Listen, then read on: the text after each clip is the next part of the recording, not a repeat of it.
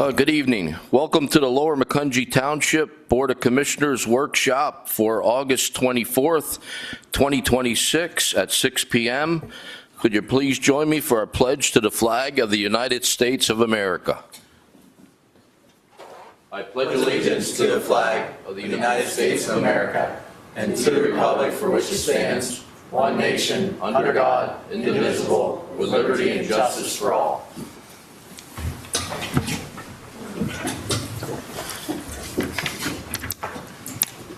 All right, item number 2, interviews for Planning Commission vacancy. I believe Nate's going to take this. Yes, thank you, sir. We are interested and excited this evening to speak with the 3 individuals who've submitted for our most recent open slot on the Planning Commission. I'd first ask Ram to come up.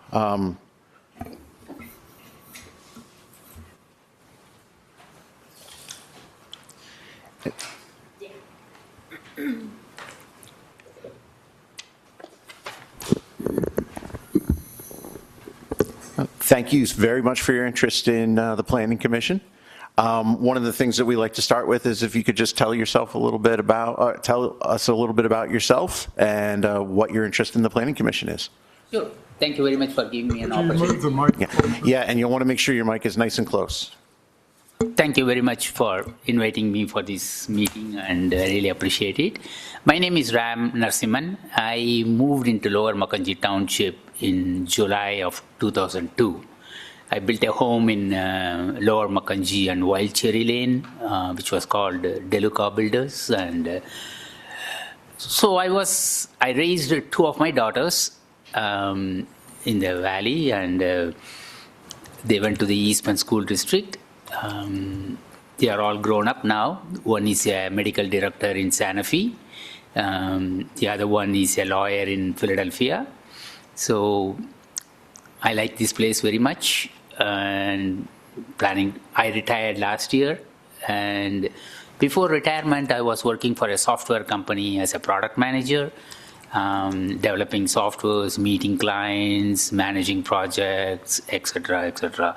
So, and then when I got to the full retirement age, I said, that's it. I have a granddaughter who is 3 years old, and recently I got a grandson, 3 weeks old. So I'm excited. So I'm excited to give back to the community. So that's the reason why I want to join as a volunteer in the board and then bring my knowledge, and maybe I can learn a lot of things from, and I know I used to talk to Vince and about other projects going on here, what are the plannings going on. So it triggered my interest once I saw the Keystone developers on East Texas Road. That's where I live. East Texas and Eden Valley is next to my development.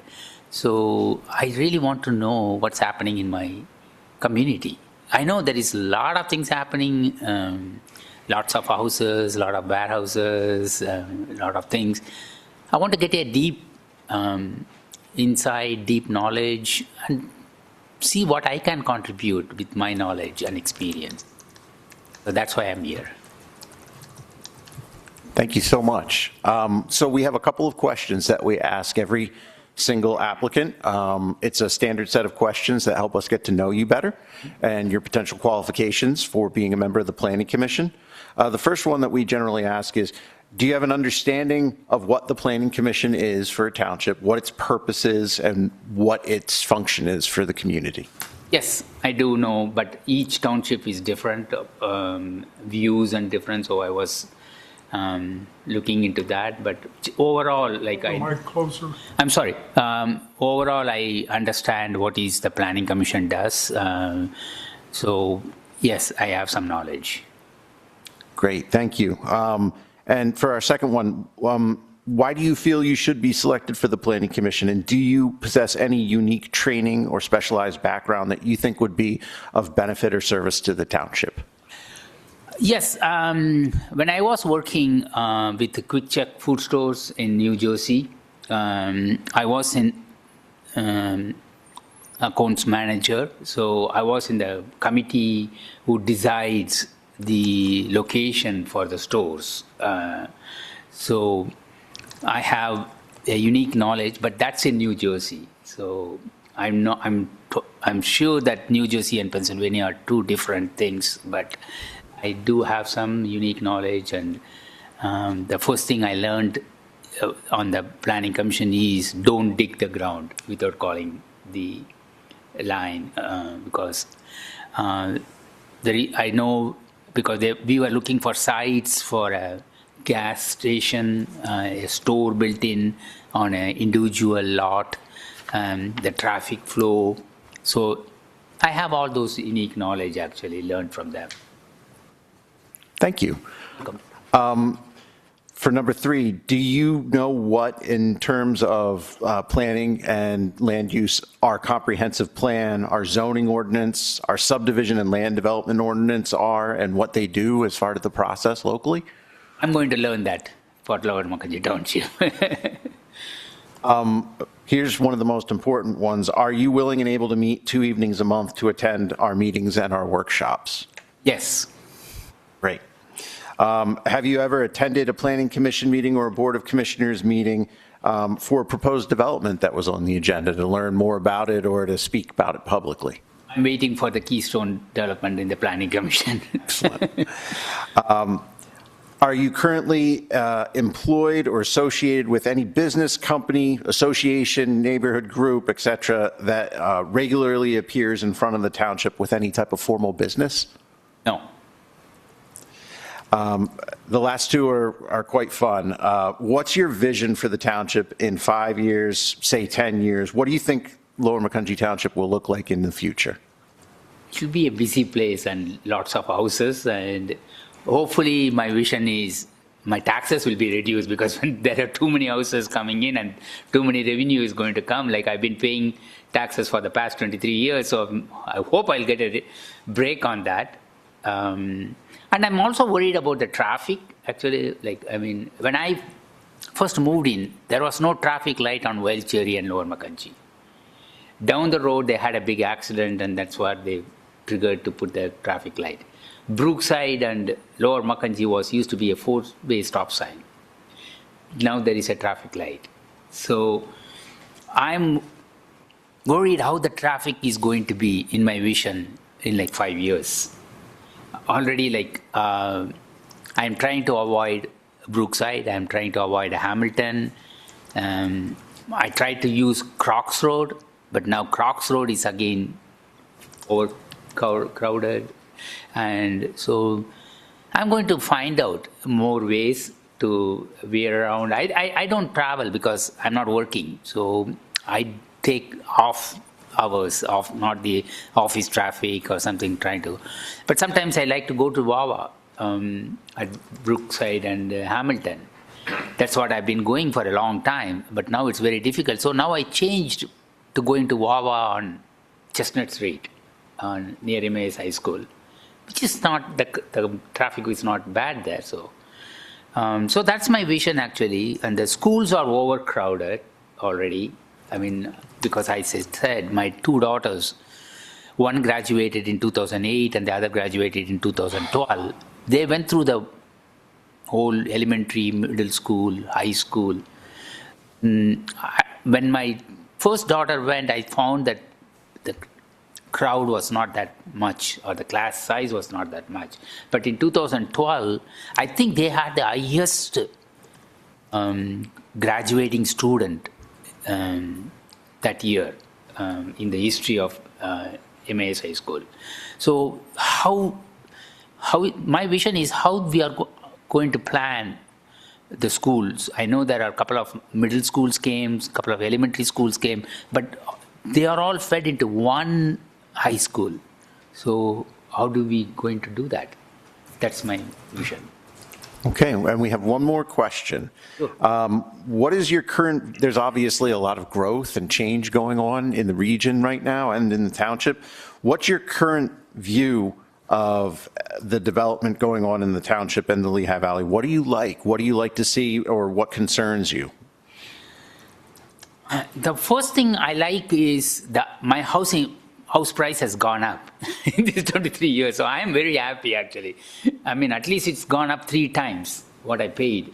And so that's really good. I mean, as a person, like a retired person, I can sell my home and downsize it now and go and buy a smaller place. So that's what I like actually with all the developers and everybody coming.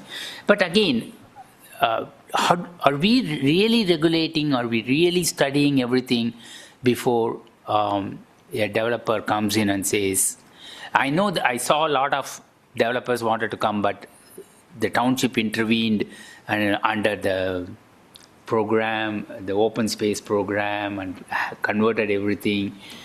Example, the one opposite to the Lower Makanji Middle School, that came out. The one on Lower Makanji and Syracuse, that's about 99 acres or something, that was taken away by the open space program. I like that actually. So that's what I wanted to be, like more green. When I moved here, there were a lot of green, a lot of deer, a lot of bunnies and everything running, but I don't see anything now actually. So I like the nature. Great. Thank you very much for those well thought out questions and answers. By chance, if you have a couple more seconds, we do have the chair of our planning commission, Mr. Ryan. Would you ask any questions that you might have? I'm good, thank you. Okay, thank you. Thanks, Ryan. With that, I would hand it over to the Board of Commissioners if they have any questions. I have none. Does any of the rest of the board have any? No, I have none. We have none, Nate. All right. Thank you very much for taking your time this evening to come out and spend with us. We'll be in touch. Thank you very much. I really Thank you. appreciate it. Have a wonderful summer. Thank you. Thank you. Bye-bye.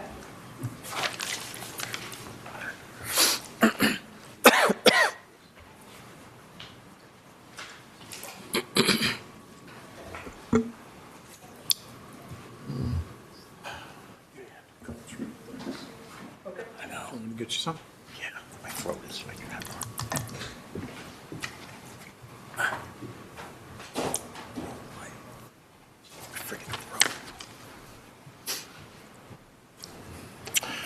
All right, welcome. Robert Manns. Nate's going to take over from here and interview them. Yes, hi, good evening. How are you?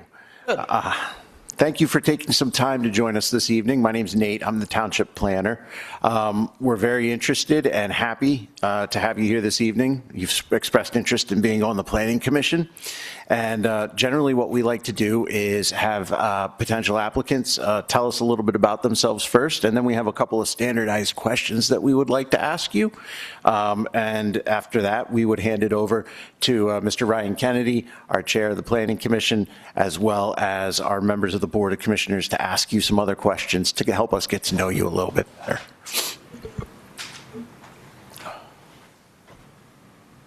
I'm Robert Manns. I've been. Mark a little closer. Yep. How's that? My name's Robert Manns. A resident of Lehigh County since late '90s. Been a Lower Makunji Township resident since 2001, which is the same house that I've been in all this time. I've seen my 2 oldest kids, grow up in this township, and now I have the pleasure of having 2 younger kids. So I actually have a 25-year-old, 21-year-old, a 5-year-old, and 3-year-old.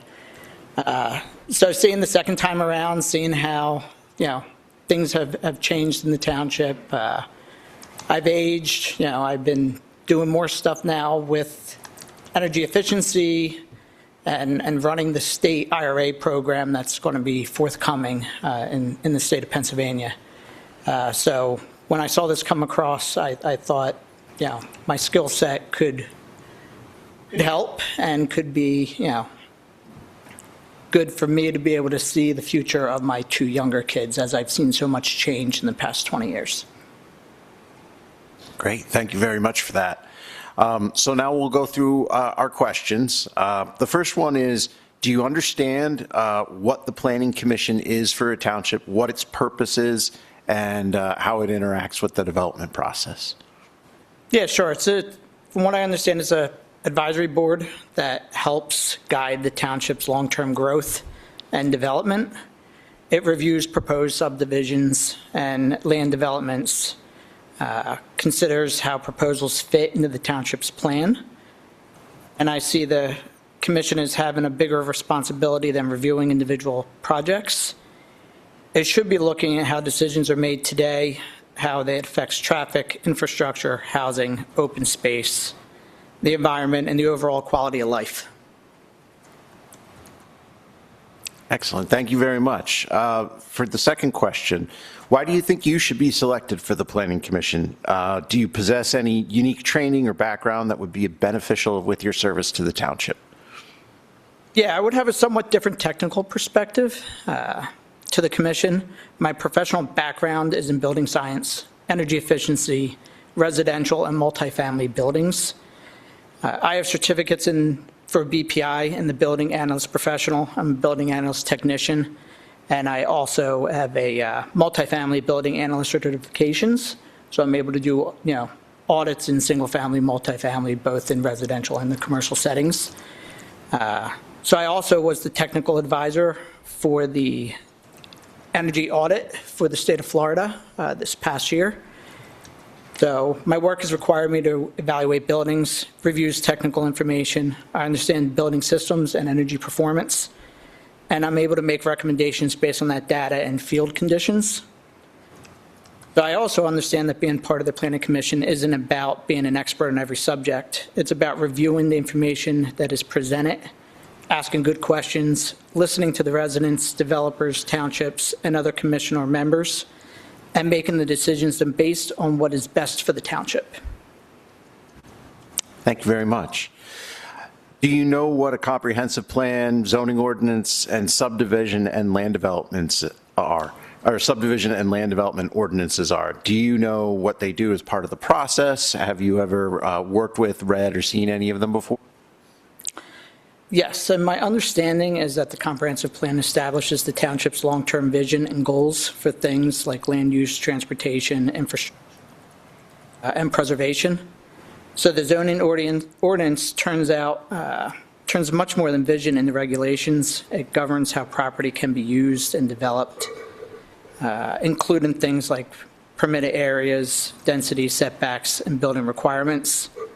The SALDO deals more with how land is actually subdivided and developed, including streets, lots, stormwater, sidewalks, and other infrastructure and design requirements. I don't claim to know everything on the provision today, hence my notes, but I am comfortable working with detailed technical standards that would make learning the township's ordinance and plans a priority. Thank you. All right, so now one of the most important questions we have. Are you able to and have the ability with your schedule to meet 2 evenings a month to attend Planning Commission meetings and potential workshops? Yes, that would not be a problem for me. Okay, great. Have you ever attended a Planning Commission meeting or Board of Commissioners meeting where a proposed development was on the agenda and taken part in that process? I haven't attended a meeting in person, but I have attended them virtually. So part of the process was when I heard about it being opened, I did go into one more recently to see if I was even interested, and it did interest me a lot, so that's why I'm here today. Great, thank you. Are you employed by, associated with, or belong to any businesses, company, association, neighborhood association, groups which regularly appear in front of the township with any type of formal business? No, I am not. Okay. And then for our last 2 ones, we generally like to ask what your feelings are about, potential for the community. What's your vision for the township in the next, say, 5, 10, 15 years? What do you think it's going to look like? Well, I'd like to see the township continue to be a desirable place to live while maintaining growth responsibly. So in 5 years, I'd like to see development occurring in a way that works with the current infrastructure we already have and address concerns such as traffic, stormwater, and open space. Over the 10 years, I think we would even more need to see about transportation, housing, and businesses and schools and utilities services fit together as the area continues to grow. And then when I go to 25 years, God willing, I'm still around. But I don't think the success means stopping development. I think it means being able to look back and see that we've planned for it, that we preserved important open space, maintained strong neighborhoods, provided opportunities for businesses and housing, and didn't create infrastructure problems that the future residents would have to solve. So I think the Planning Commission has an important role because it has so many decisions that may seem small today, but can have significant consequences 25 years from now. Thank you. Thank you very much. What is your view of the current development occurring in the township and throughout the Lehigh Valley as a whole? What do you like and what might you not like? Well, first, I think development is necessary and can be positive. People want to live here. Businesses want to locate here. And that says something good about the valley in general. What I like is that development, that has to be well planned, makes good use of existing infrastructure, and provides appropriate housing and economic opportunities, and contributes something positive to the community. My concern is when that happens too fast, and that infrastructure cannot reasonably support it. Traffic, stormwater, schools, emergency services, utilities, and loss of open space all have to be considered. I don't think the answer is simply being pro-development or anti-development. The better question is whether it's the right development, in the right location, with the right planning and infrastructure around it. That's the approach that I think I would bring to the commission. Thank you for that answer. Ryan, do you have any questions that you would like to ask? No questions. I just want to say I appreciate the thoroughness and thoughtfulness of your application. Thank you. You're welcome.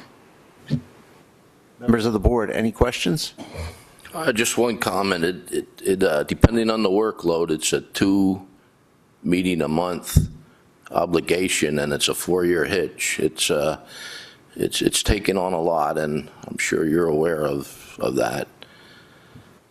Yeah, no, absolutely. But it's something I welcome, so. All right. That's the only question I got. Any more from the board? I have one. You said some great answers. You had nice write-up about kind of your work history and all that sort of stuff. But I didn't hear exactly, what was the actual impetus for coming out to put your name in? I didn't hear what your main reason was. Yeah, the main reason was because of seeing the changes that happened throughout. Kind of perpetually, though, not like a specific development. Nothing specific.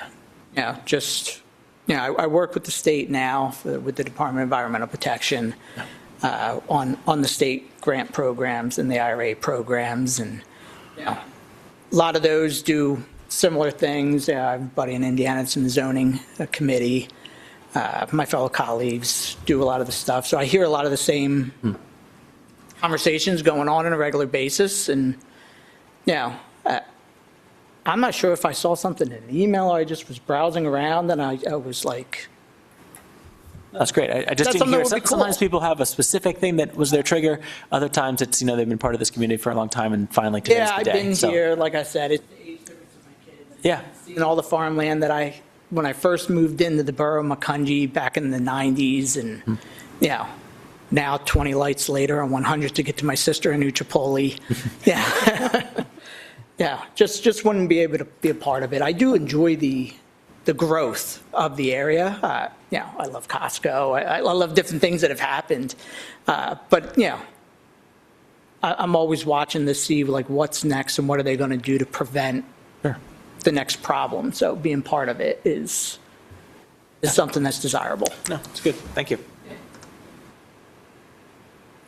All right, Nate, back to you. All right. If we don't have any other questions, I would like to thank you for taking time to come out and spend the evening with us, and we'll be in touch about your application. Thank you. All right. Appreciate everyone's time. Thank you. Thank you.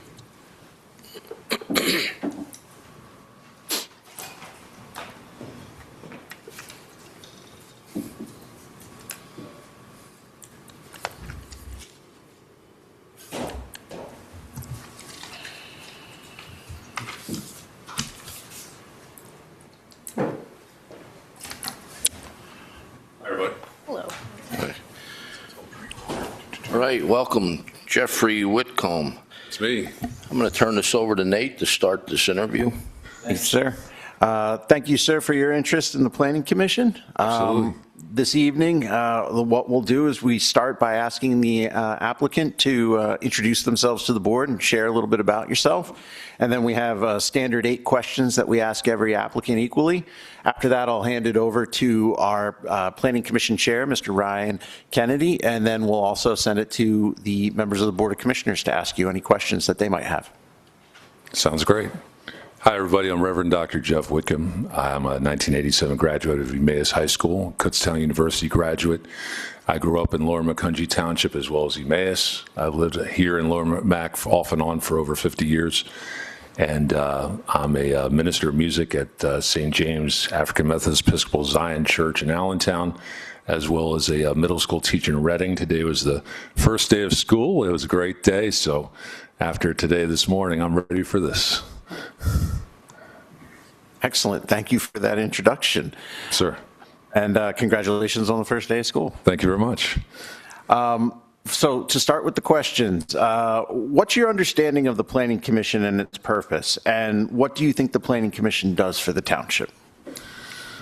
Well, Planning Commission is charged with vetting all proposed developments that are going to happen in the district, kind of guided by the regional master plan, the Southwestern Lehigh County planning document, and as well as the documents and other things that you've created here as the board.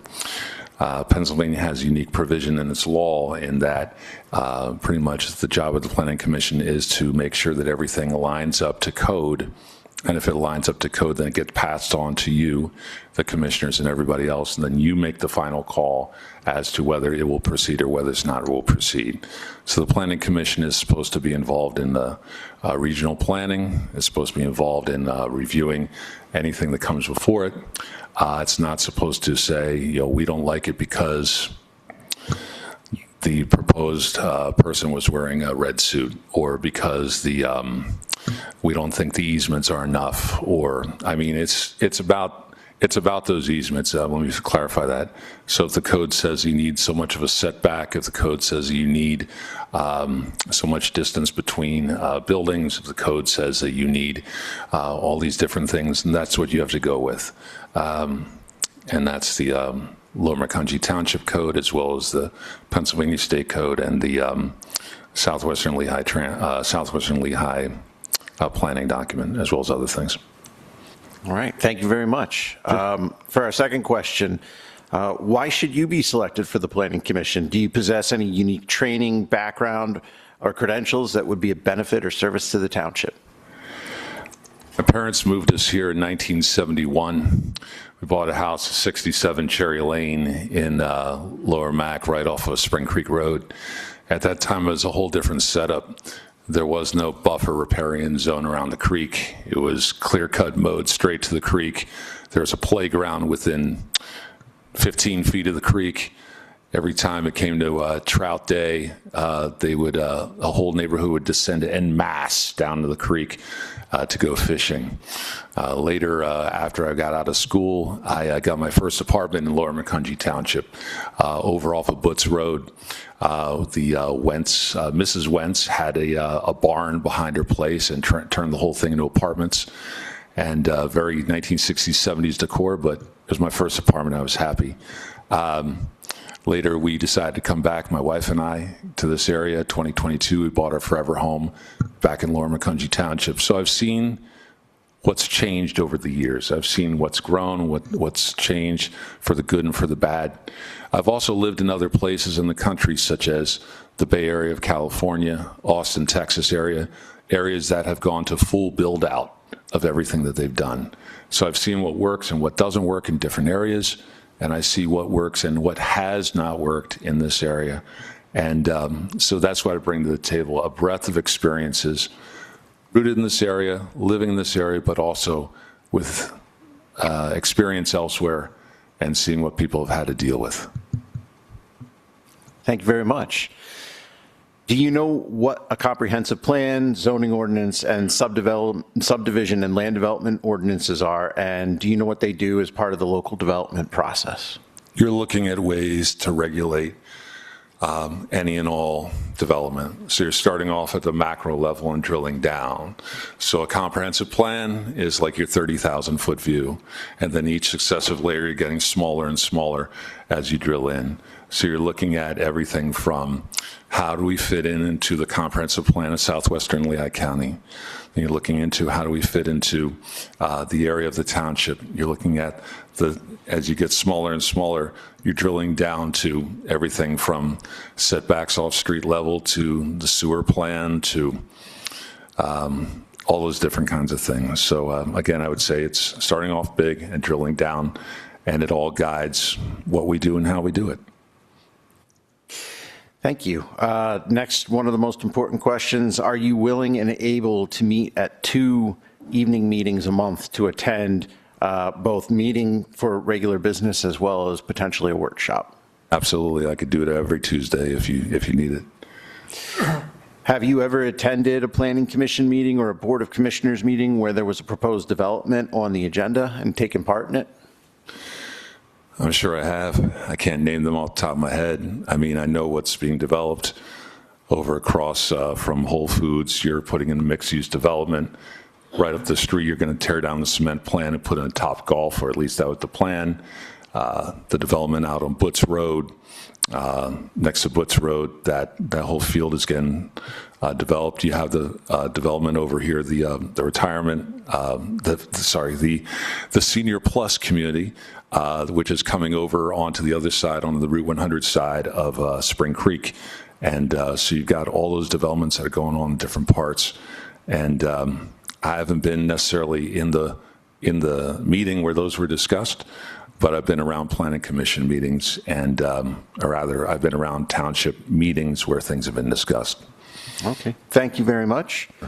Are you employed by, associated with, or do you belong to any business, company, association, neighborhood group, or other group which regularly appears in front of the township with formal business? I don't think so, but I'm, as I mentioned, a minister of music in Allentown, school teacher in Reading, and I drive for Advantage Limousine out of Lower Mac. So if any of those come before you that I don't know about, I'm sorry I didn't know. All right, so the last ones we have ask a little bit about your vision and your opinion on items. What's your vision for the township in, say, 5, 10, or 25 years? What do you think it's going to look like? If Lower Mac hasn't achieved full build-out yet, it's close. Those developments I named earlier really kind of push it towards the edge of full build-out. The comprehensive plan, the Southwestern Lehigh County Comprehensive Plan, I think the quote was that residents have a profound desire to see the mixture of rural fields as well as mountains and streams, as well as where people live, to see that balance perpetuated forever, so that there's not you can't drive from neighborhood to neighborhood straight through the township, so that there needs to be this mix of everything that's going on. Little Lehigh Creek has actually thanks to the commissioners, has one of the most, I think it's the most regulated floodplain in the state. Started out in 1982. As a result of that, there's nothing built in the floodplain, which is fantastic because, as you know, from Tropical Storm Isaias, which hit 2020 and wiped out this building, among other things, these creeks come up. I guess what I'd like to see, as I'm saying that, is I still like to see, I'd like to see people's properties valued. And what I mean by that is that we're often so much at a push to accommodate, not to accommodate, but to go to, we're looking out for the big developers. We're looking out for Jandal. We're looking out for all the people that own lots and lots of things. But at the end of the day, it's the taxpayers who put us all in office, and it's the taxpayers who create the budget that we get to operate from. When I was campaigning for another office, I was at a meeting. I ran to a guy who lives on Spring Creek Road, and he said he has a problem. I said, "What's your problem?" And he said, "Well, I want to put a shed in my backyard," and his property goes right up against Spring Creek. And he said, "The problem is that the township has told me that legally I can't put a shed in my yard because it's in the floodplain." He said, "But all my neighbors are not going to the township for permission. They're just putting sheds in their backyard. And I said, well, I'll look into that. I called Bruce and asked about that, and that's the way the law works. And I know that's part of code. Sheds are definitely on the code saying you can't put them in the floodplain. But I think that what I would love to see in Lower Macungie Township over the next several years is that we're always looking out for exceptions, that there's always ways to accommodate somebody who's trying to abide by the law, trying to do the right thing, sees all his neighbors blow by the law like it didn't exist. What's a way that we can make sure that people are valued? What's a way we can make sure that people's needs are looked out for? You know, what's going to happen is that township goes to full build out. You know the story, taxes keep going up. They're going to keep going up. They're never going to come down. They're always going to go up. And as a result of that, people's home values keep increasing, and that's good, and their property taxes keep growing up. I don't want Lower Macungie Township to get to a place where we price people out of the homes they live in. I don't want Lower Macungie Township to get to a place where we say that this is the law and that's the way it is, and some guy just trying to live can't. Looking out for people is where I want to be in the township. Thank you. Thank you. What's your current view of development occurring in the township? And how about as the Lehigh Valley as a whole? What would you like to see? What don't you like? What's your opinion on what's currently transpiring? We have a problem. There's not enough places for people to live. As a result, you have two solutions. Well, three solutions, really. One, you build out all the way, so there is no room to grow horizontally. Two, then you grow vertically. So you have to put things in code where you start going up, because that's the only place you can go. So that means that Lower Macungie turns into a city, more or less. Start going 2, 3, 5, 7 stories up, so that it's not just the PP&L headquarters that is the tallest building on the block, but there's lots of places. And at the same time, you can also choose not to live here. That's a third choice. I don't like necessarily the way that things are being built, not in Lower Macungie that I can see, but in neighboring communities where it's very high density and everything's mashed together.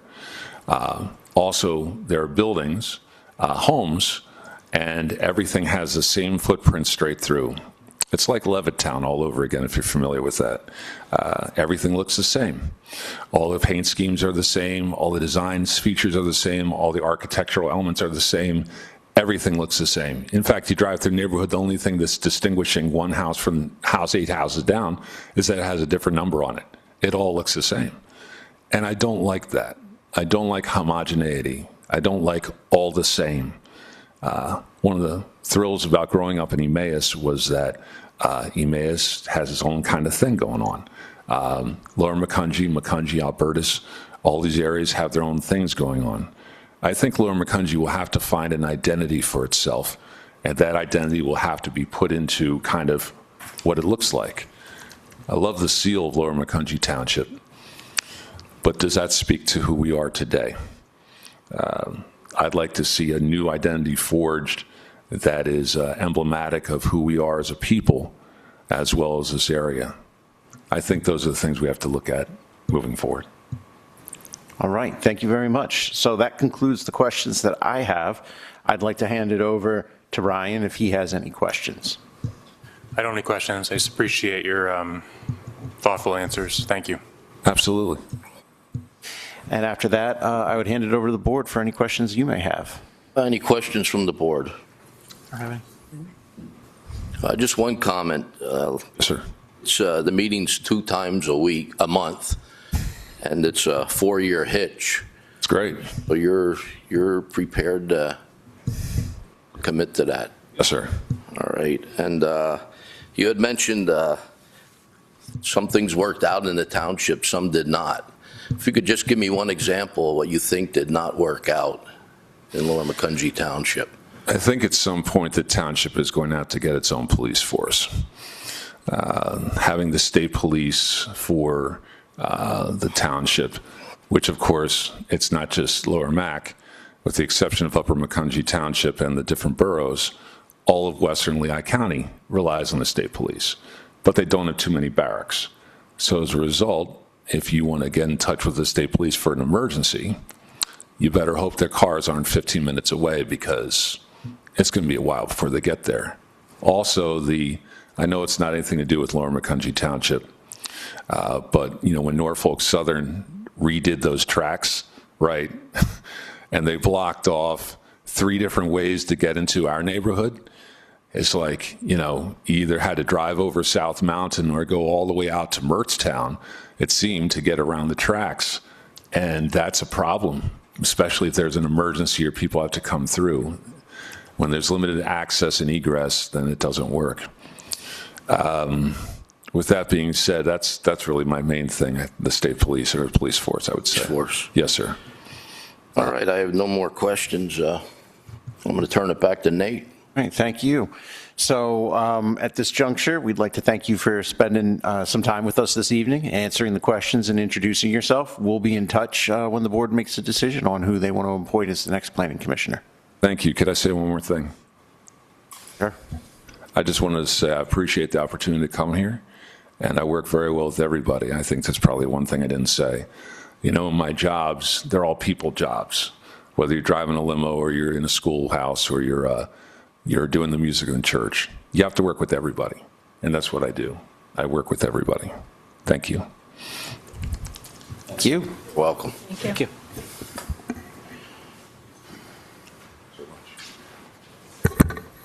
All right, moving on. Item 3, review engagement letter for auditor. Bruce. Thank you, Commissioners. As we discussed several months ago, the township appoints an auditor annually to review the township financials. Ms. Dobson has engaged our current auditor, provide us a quote for future services.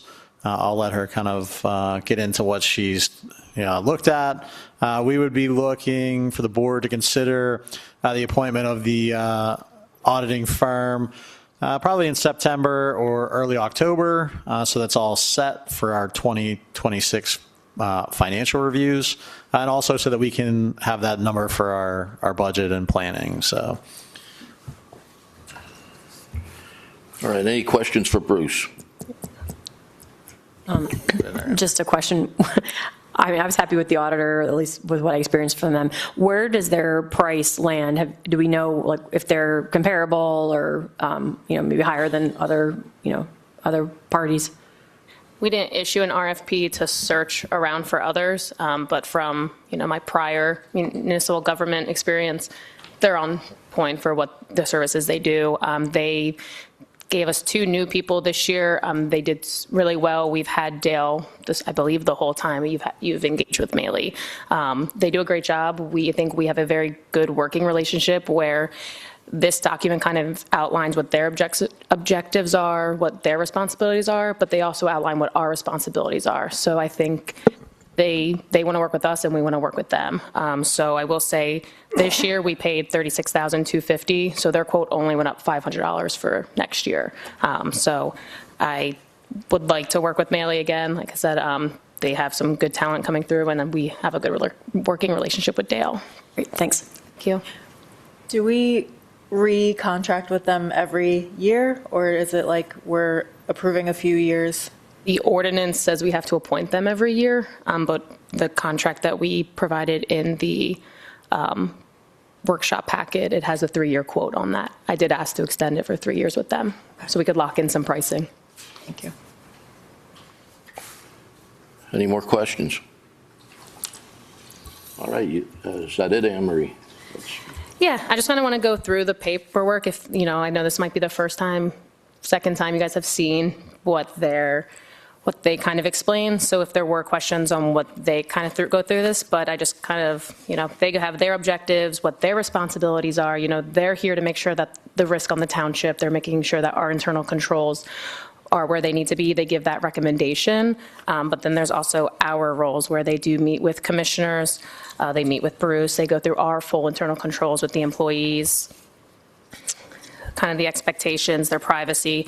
I will tell you, they've started going to a portal, so everything goes through a portal where it's secure, especially because we're giving them some personal documentation for the township. So we've been doing that, keeping emails to the minimum, so you'll have that risk there. The other piece of it would be their timeline. I think their timeline is great. I have had other audits for prior municipalities where we're still working through the audit in June. So the fact that they've given us our audit report in April, it's huge.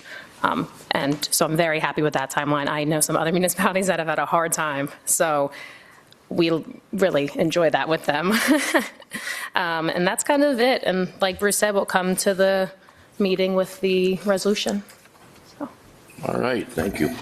Yeah. All right, number 4, Anne Marie again. Review of new payment processor for Cassell Citizen Portal. Thank you. Yes. I wanted to provide the board with an update that's kind of come to our attention this year. So our payment processor, just so some background, what we currently use. We currently use Express Bill Pay. Express Bill Pay partners with our financial software, Cassell. They do the current provider for just our utility billing when people want to pay their utility bill online. And it's also the credit card processor we use if anyone comes in to pay with a credit card for any of their invoices or permits. The way that the process works is everything is live. Every day our AR clerk comes in and she pulls the payments through Express Bill Pay. She just has to hit apply payments. It's all uploaded directly into Cassell, and that's pretty much all she needs to do. Revenue will stay in a holding account, so when you all pay your utility bill through Express Bill Pay, they have a holding account for us, and then we transfer that money over 2 times a month. And then there's no manual data entry. All that data is live at the end of every day when she pulls those payments in. However, the notification we received in May of 2026, we were made aware that Cassell and Express Bill Pay have discontinued their partnership after 13 years. Sorry, thank you. With the integration with our utility billing payment processing. It will be phased out over time. So we've received multiple correspondence between Express Bill Pay and Cassell, and they've kind of given us 2 different thoughts. Cassell said that the integration will be phased out and it will need to be done manually, meaning that AR clerk will have to pull the payments out of Express Bill Pay, probably a CSV, and then upload them into Cassell as a CSV. However, Express Bill Pay has told us nothing will change and they will operate, status quo, and any configuration is that they will be handled by them. However, when I had talked to Cassell a couple weeks ago, they had figured out how Express Bill Pay did their workaround, and it is not going to work forever. They've kind of found a Band-Aid to kind of mask any manual entry that we may have to do. So with that, thank you, the timeline of what they're saying. So Cassell's plan is they're going to start by the 4th quarter to kind of sunset the integration, and then the real-time process of online payments will be completely retired during 2027. The meaning, the integration part means there will be no live data between Express Bill Pay and Cassell. So once integration is turned off, customers, i.e. the townships that stay with Express Bill Pay, should expect us to do the manual process and the customer balance exports. So what I will say is when there are manual processes, there's more susceptible errors. You can click into an Excel and delete something and not even know it. We have all done it. So, and it's just more time consuming. Instead of hitting go payments, now you're waiting for these exports, imports. Thank you. So what is the finance team begin to do? So we reviewed our contract with Express Bill Pay. If we are to end our partnership with them, what do we need to do? From what I found, it's a 30-day written notice. We did demo Cassell's Citizen Portal and began kind of asking questions about their functionality, the transparency, the efficiency, what does this mean for the township, and preparing any communications that we might need to talk to residents about, making new logins through doing a newsletter, the newsflash, website posting, and the Cassell Citizens Portal. They're with them kind of leaving Express Bill Pay, they've put a lot of money into their development and research team to create their own portal. So we're kind of seeing that demo. We're seeing what kind of is on the horizon for them and what they've been working on for the past, I guess, we've known now almost, I knew it was coming before May, but probably like 6 months, they've kind of known that this was coming. So the recommendation for the board is, the finance team is recommending that we switch to the Cassell Citizen Portal in 2027, bring the contract in front of the board in 2026. Cassell has told us right now they're on a 3-month wait just to start the transition because there are a lot of townships, boroughs that this is impacting all over. So I would like to bring the contract in front of the board for 2026 to start that implementation in 2027 and have it in the budget for 2027. I just kind of want to talk about what we've seen for the demo, the advantages and disadvantages. It's going to be a fully integrated Cassell software. So we can take the payments, just how Express Bill Pay worked, it's going to be live. It's actually much faster than Express Bill Pay. It's live right as you make a payment. Or if anyone incurred late fees or we billed incorrectly, the fix can happen right then and there and they can pay the bill and not have to worry about a credit or owe later on. So it's fully integrated. And what's nice about this is it's fully integrated with community development. So we can now start taking payments online. So they don't have to go to the permits window, pay by credit card, and then go back to permits to pick up it. They can do it right online. Same with business license and then the utilities. And they kind of got rid of the holding account. So all the money that, someone uses every day, 2 to 3 days, they said to clear, goes right into our bank account. So we're actually we're getting the higher interest paid to us. Instead of it sitting, we don't get any interest on that holding account with Express Bill Pay. So something I didn't think about that our implementer told us about. So, maybe the disadvantages, there is an implementation fee for any application, the community development, the permits, or the business license, we have to pay the application fee. They are waiving the utility management fee right now, so that's nice. And then any portal fees. Obviously, right now, I think the conversation that will come up in the budget is right now the township pays for credit card fees except for in permits. But we can kind of change whatever we need to starting that implementation. And then residents would have to create a new login and add their payment method. So. And I think part of our concern, and we wanted to have a fairly detailed conversation with the board, hence Anne-Marie's kind of slideshow and everything. We know that it'll be probably a significant transition for those individuals that already utilize the online platform. We're talking about in excess of 9,000 customers that we bill. Not everybody uses that, of course. They still use the lockbox and everything. But knowing we have thousands of customers in this transition period that we may have to, as Anne-Marie said, notify somehow on the bill, newsletter, and we know that could be frustrating, and that might be a difficult part of implementation. However, I think just to kind of reiterate where Anne-Marie was, having that ability for being kind of synced where we're not doing manual transactions is, I feel, extremely important to us so that we're getting it right and having that integration. So knowing we have such a lead time on this side with a 3-month signing, but then there's also additional time. I mean, do you think would be ready by mid next year for a rollout? Yeah, I think so. As they kind of catch up, and when we did our demo, they said they are starting to catch up and they're hiring more team as their implementations have increased. But, fortunately for us, it's not a total heavy lift because we do outsource our utility billing. So it is actually our utility billing team that's going to have to do a chunk of this. I think it's going to be, learning permits and business license. And we may just start with business license and then add permits as we go, or, maybe kind of see how this implements and then start with permits, because permitting does get a little more, technical than utility billing.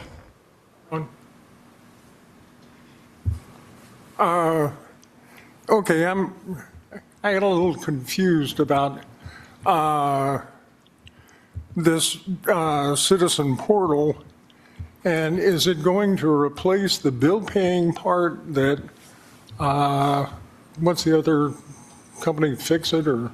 Express Bill Pay is the current. So if you go online, for those that might not be familiar, if you've never paid your bill, you can go online, set up an account, and pay your sewer and trash through that component. They're basically like the hosting component for that payment processing. And then internally, we use a company and a platform called Cassell. So that is where the actual financial postings, all the reconciliations, all of those things on that side of the management of finance live. So right now they talk to each other. Fairly frequently. But they are holding those transaction finances except for 2 times per month, whereas their business relationship, I guess, as a partnership is not going to work to talk to each other, so that part is going away. So those are the 2 different platforms. The Cassell-based new platform for that utility pay would take the place of that current Express Bill Pay. So that's kind of, hopefully I explained it right.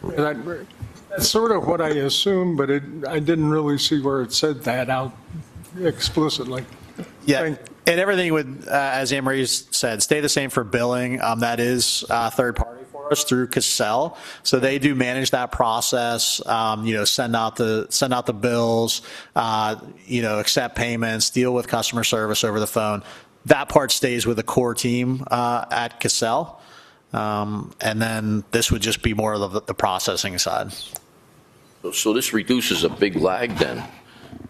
It's going to be real-time data. So like I said, our AR clerk, it's just once a day we pull in payments, where now with this Citizens Portal, it's pretty much live to the second. Right, because the way we're doing it now, what did you say, Bruce? How much is what's the length of the lag?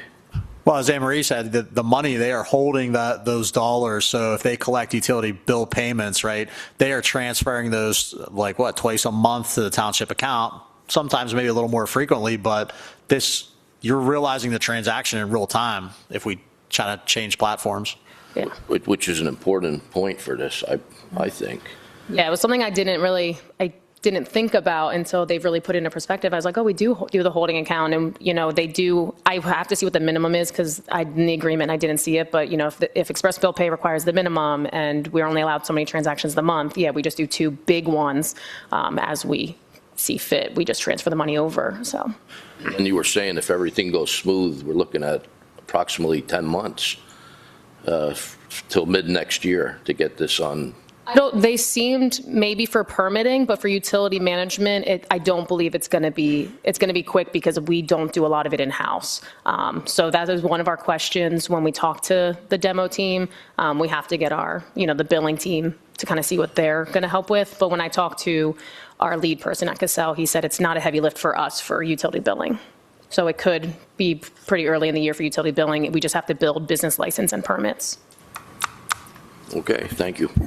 Any more questions? Yeah. Can you just explain this one-time implementation fee? Just what will that impact? What specifically? How many of those fees do we have to incur? I'm still working with Vince, but 2 would be business license and then community development because they're going to waive the utility management. So they just do it by which application we want to apply. So I didn't think accounts receivable would fit in here because we don't do that much separate invoicing off of permits. So those will continue just to send out physical invoices and things like that. But yeah, so we're looking at 2. Vince, you want to jump in for permits? So I think, for the permitting side, as Anne Marie and I have discussed, it'll streamline a lot on our side, whereas right now, our customers cannot use Express Bill Pay to pay for any permitting or business licensing. I think, and the other thing too is when we have, sometimes we have miscellaneous charges or, extra review charges or inspections. Right now, we have to, go to finance, generate the invoice, and whereas if we implement this program, we can just send them something and they can go in and pay that right off the bat, right? We're not asking another employee to generate that, then we have to chase it down and that kind of stuff. So implementation on my side, I think is going to be very customer friendly, and it'll help us in the long run as well, collecting some of these fees that, we may have to chase around with invoicing right now. So you see more like a paperless billing kind of situation for some of these, like Sorry? paperless billing? Yeah, something like that. Yeah. Okay. Especially for like our zoning permits, right? A lot of times people send in a check, and we take the application, we review it, we hold that check, we issue the permit, they send a self-addressed envelope, whatever, and we send this back, right? It would be a lot easier. People go on the portals, maybe as we build this out, I'm envisioning business licenses, yearly business licenses, they go on, they can take care of the transaction, fill everything out, make the transaction.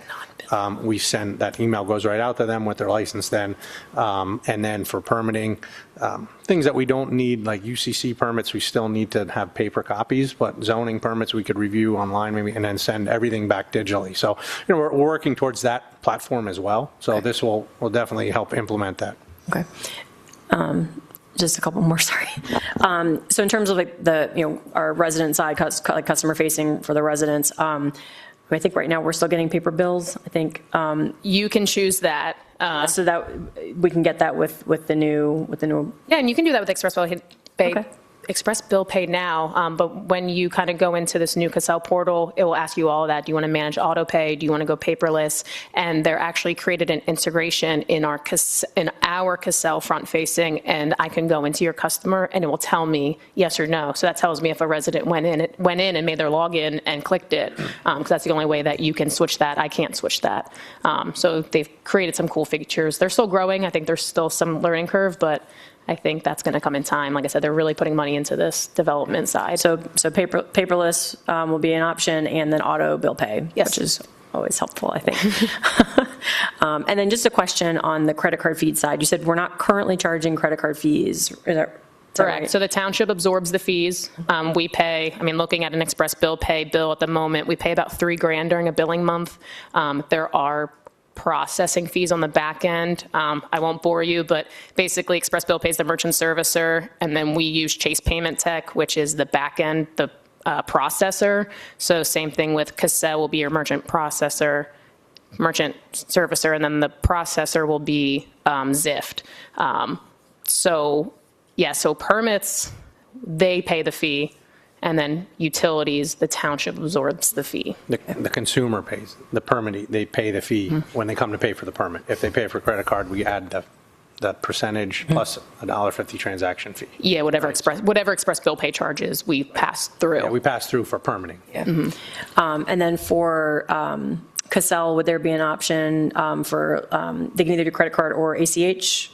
Yeah, ACH, EFT, if there's a difference. I always get so confused with that. Credit card, bank bill pay, lockbox. They have the same services that we have now with Express Bill Pay.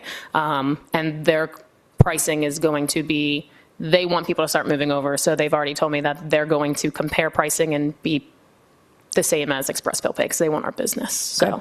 And I know a lot of places are making customers pay the credit card fees. Do you envision us changing that soon, or is it on your radar to? Yes, so that would be my conversation with the board as we do this implementation. Is this something that we're open to having that conversation where, like I said, this 1 month for billing was $3,000 plus not the Chase side.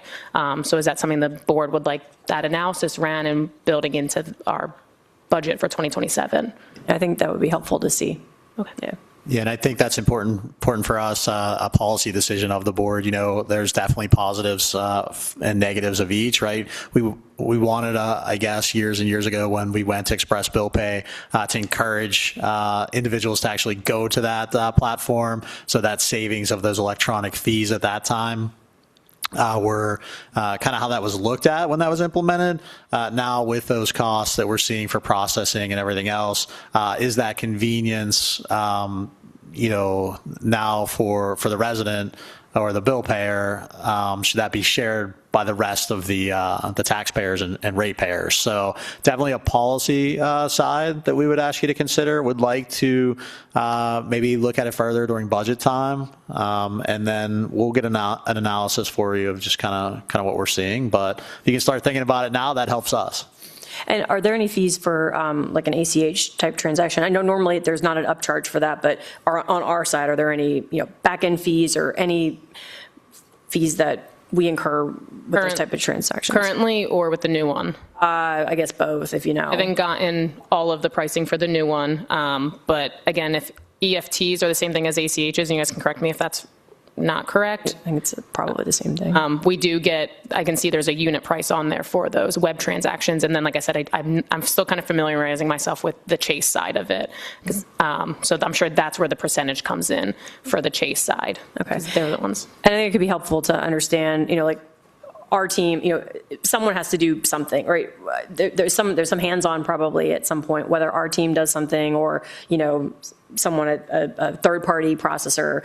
I think understanding what's our preference, with the staff we have for some of these things, do we want to, is it value added to have these people do a certain task, or is it, would we rather have someone else do it? Whatever, like those fees, right? Maybe there's an advantage or a disadvantage to somebody doing, and I don't know all the fees, so struggling to give an example, but things like that where, what's our recommendation, with the staff we have and the work that some of these tasks take.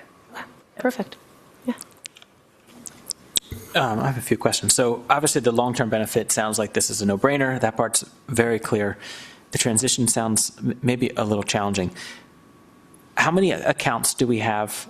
I know you said 9,000 total accounts, but how many actually use the express bill pay portion of that are already online, that they've created an account online? I'd have to go and look. Even if it was just a guess, do you think it's 2/3 of our residents, 6,000? I would say so. So we actually, I do a payment trend. And when I was talking with Cassell, he said ours was actually really good for how many credit cards that we take. Because that's probably the hardest part. Like Bruce said, I think the point was we waived all those fees. So we had people start paying online. Yeah, obviously, I don't know if they're paying as a guest, but I can tell you, like last month in July, we took in 4,200 payments through Express Bill Pay. So if everyone has an account there, plus 800 the month prior, yeah, About 5,000. yeah, and then 6,000 in May, because I think May might have a bigger billing month. Okay, and everyone has a trash bill in the township that they would be able to, right? Oh, no, I guess everyone that's not in all the HOA ones that, because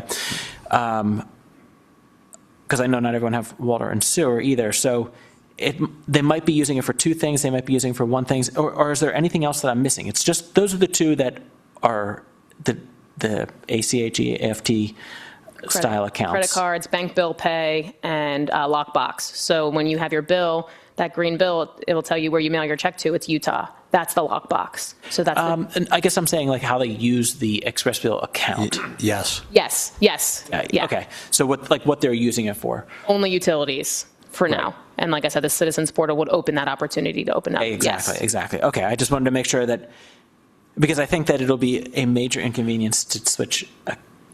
You have this system that you've used for 13 years and suddenly, no, wait, I have it set up and then what's my password? I can't remember. Did I do this? Did I do that? It's just inherently frustrating. Anytime you switch software, we all experience it personally. You get a new phone or anything, like it just frustrates us even though it's so basic. In the transition process, are they offering to like pre-build our accounts or anything like that? So that is an option, and we can talk about it as the board. I don't know the comfortability level. They can pull a file out of Express Bill Pay, take those email addresses, and push out kind of like a constant contact, and have that. But I didn't know how that would be perceived, by residents. We were a little mindful of like that privacy. Now we're engaging account holders with another company, so. We were just concerned with that part of the transfer, but we thought there is value to have that easier setup. You're getting that component. Here's your account. Hopefully, if you were okay recognize giving it to them and you're giving it to this new person, but you weren't okay with the transition. I get where the logic of like where people can get misconstrued with that, but you've given it to both people. You just did it independently, right? We aren't ever actually seeing it. What, their email? No, I'm saying like if we had them do the transition process so that the accounts are pre-built and everything, we would never see that data. It's it's one secure account to the next secure account, I right? think they would do that, though. They would. Yeah, I'm so saying. they would kind of send a link, to my understanding in the demo, and I can get clarification, is because they said not a lot of townships have done this. There's been a few, but they'll send them like the link, be like, here's your new link to pay your bill. Right. But I think that takes, do we just let all the residents know well in advance to know that this email is coming, or do we have them all go in and create their new account on their own, all that? Is there a way to just like let people opt in to the automatic transfer? I mean, if you sent the first bill from Cassell, and like how our bills now, the statements have, this is the link you go to pay, or on the homepage of our website, pay your bill here. Like, as long as that link takes you to the correct place, I don't think it would be too hard to either check out it as a guest, if that's what you usually do, or just create a new account there. So you'd be okay with us making the accounts, you're saying, or with the resident making their account? Resident. Okay. I feel like most times when stuff transitions, I feel like you have to make your own new account. I think so. That's what I understood. They couldn't just transfer your info. You'd have to create a new account with I feel like the it's new like account. never It's an option if we tell them to do that. It's an option. Yeah, definitely more of a higher end policy item that you guys can kind of think about for us, and give us some guidance back on how we have reservations about that component, but we also share your things, So Wesley. if they didn't, they would get a paper bill. And actually, I think the paper bill side, a lot of times when you do transition, because they want double authentication, like just sending it by email, I would just delete it. I mean, I just ignore that stuff because I'm just like, oh, that's a scam. But when I get a paper and I got a notification directly from the township, I start to take down some of my safeguards and agree to stuff. But obviously that'll be something that we all discuss. As far as the history of retention, and maybe it's unimportant, but not. I've gone through software transitions in my own businesses. So how long does the history of previous bills paid, if there's ever a discrepancy, or if we have a resident that maybe doesn't regularly pay and we wanted to go, this has been an ongoing problem for the last 15 years, the express bill pay, do we retain that information? Do we have to download that information, or do we? We download it every day, so we already have all that. Okay, Yeah. so that's built into a separate account in Cassell already. Yeah, We don't need the express bill pay to access that data. No. Okay. Yeah, she'll pull those payments in every day, so like she has all that information already. And one more time, because I think I misunderstood it originally. So some people, let's say it's a trash bill or a sewer bill, currently pay those bills with credit card and we don't charge them? Correct. And so I always thought it was only the ACH or EFT that was the free. Oh, yeah, well, okay, that should, Those bills usually have for a check number on them, too. I thought it was check only. Because you got to put it in the bill, they have a box. The lockbox is check only. Check number. So, Yeah. and permits, community development, we add the fee on to your credit card transaction when you deal over there. So, yeah. Yeah, that I think should be a no-brainer change. It sounds like the numbers that we're just hearing peripherally on the one side in a month, I can do the math 12 times, and that's a very large fee for something that is a strictly convenience and could be done. It's an annual bill, or a quarterly bill, so it could easily be done as a bank account withdrawal. And I'm assuming that there should be minimal fee, if any, to that. Getting the fee analysis done by Cassell, so I can definitely share that with the board. But you still get that credit card fee, Yeah, they should just pay that, though, not us. That's, I have a no one question. does that. Are you finished? Just so that we don't get stuck in a situation where express bill pay is gone and we haven't fully set up yet in our transition, what's like the deadline you feel for us to make the decision so we don't get stuck in between? My hopes, I have a few more questions for the demo team, but my hopes would be coming to the board probably October with that agreement. So then hopefully we're looking at a January start right from the start. I'd like to get, once we have that agreement signed, we start getting the residents kind of prepared for that switch, whether we have them create the accounts or not create those accounts. So we can come up with a plan and then it still be built in the budget. Yeah, and we'll work a recommendation on what we think is best to kind of implement and get those accounts set up, whether it's them doing the manual or as we find out more information, it might just be our recommendation. We try to auto load those and do a notification. We'll have a plan, constant contact and everything with that side of it. So try to get more clarity for everybody. Just one last thing. What is the platform that we use for like the yard waste permit? We use Civic Rec actually for that side of it. So that's because those accounts are separate accounts. Correct. Related, yeah. I was just trying to think of all the things that residents already log into and have. There may be a chance that we can do yard waste in this. So it's been a conversation and with other municipalities they brought on. So there might be that chance we can have that conversation, but we haven't finished the demo part. Because if there's some way to streamline just the benefit of all-in-one, I mean, everyone has the same password battle and email, which, you can't remember. It's just where we are in society. So, okay. It is a battle for transitions, too. I know. I'm going through it now with my my health care through PPL as a new administrator now. And they won't just shift it over like we're talking about. They won't do it. You got to build your new account with the new company. And that's why I said that. Something legally that they just can't, like Bruce said, shift your info over to the new place. Just for clarity, she's saying we can do that. It's an additional service to do it. It's not a legality question. They won't even consider it. Yeah, it might be different with the healthcare.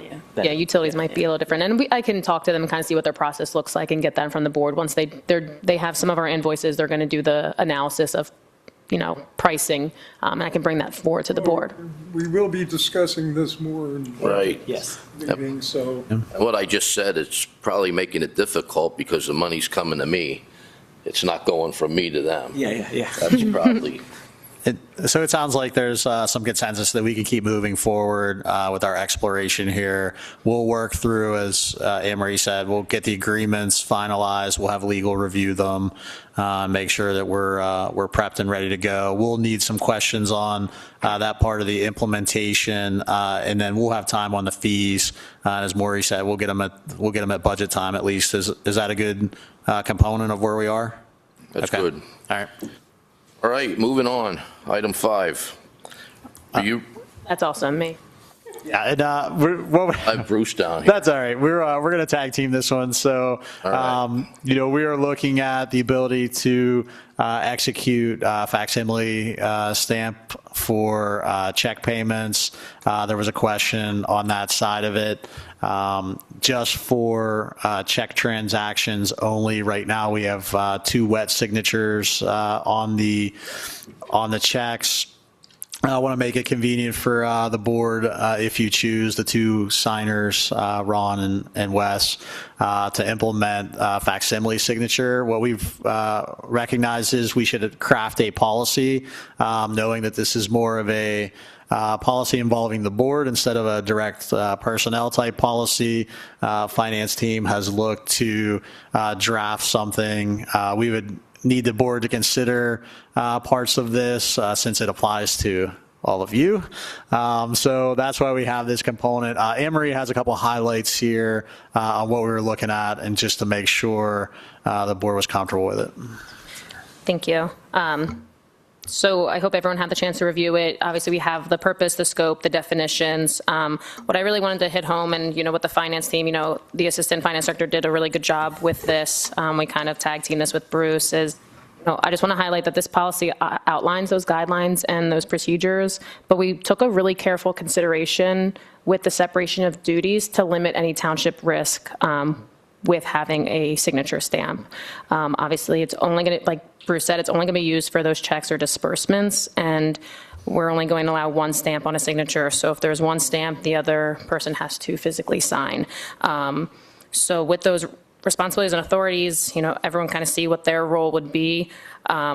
we created this so, Bruce can tell us to create a stamp, but he's also the one that has to be there when we destroy it. I have to be there. I can curate the stamp, but I am not the holder of the stamp. Renee and the Assistant Finance Director, Anthony, will be the holders of the stamp.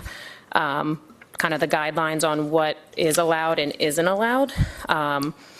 You're the ones that have to apply the stamp. They're secured with you. We were very strict on, prohibited practices. We've kind of made sure that we didn't leave any, stones unturned here, no stamping any blank checks. You're only stamping checks that were approved on the bills list. The security won't, it's in a lockbox. It's not left unattended in our drawers or sharing of the keys. And if, it's lost, you have to let us know.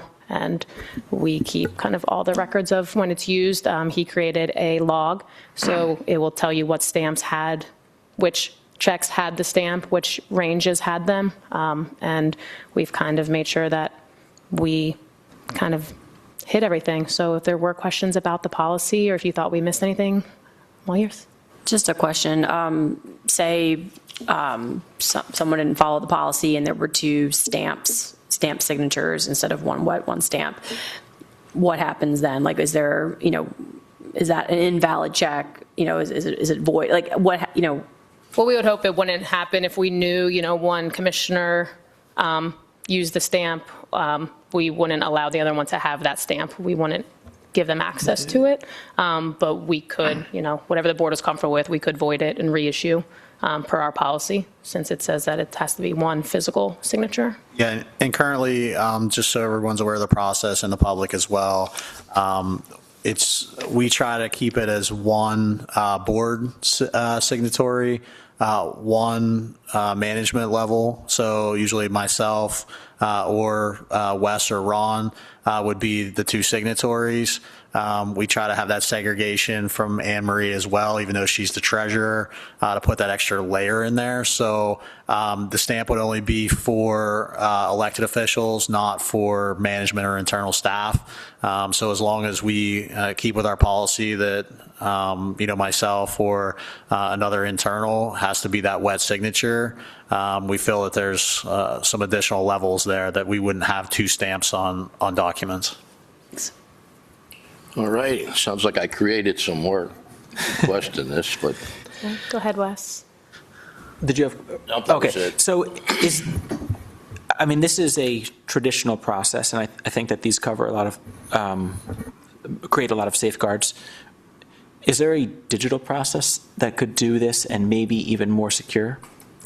Digital as in Some sort of, printing the checks with signatures on them, or? not necessarily Okay. done that way, but some sort of digital confirmation that would be what authorizes the check. So yeah, it would be printed on there, but some sort of. Not the auto pen. Not an auto pen. No. Not that an auto pen and a stamp is much different, but I'm saying digitally where, for example, an Adobe document can be digitally signed.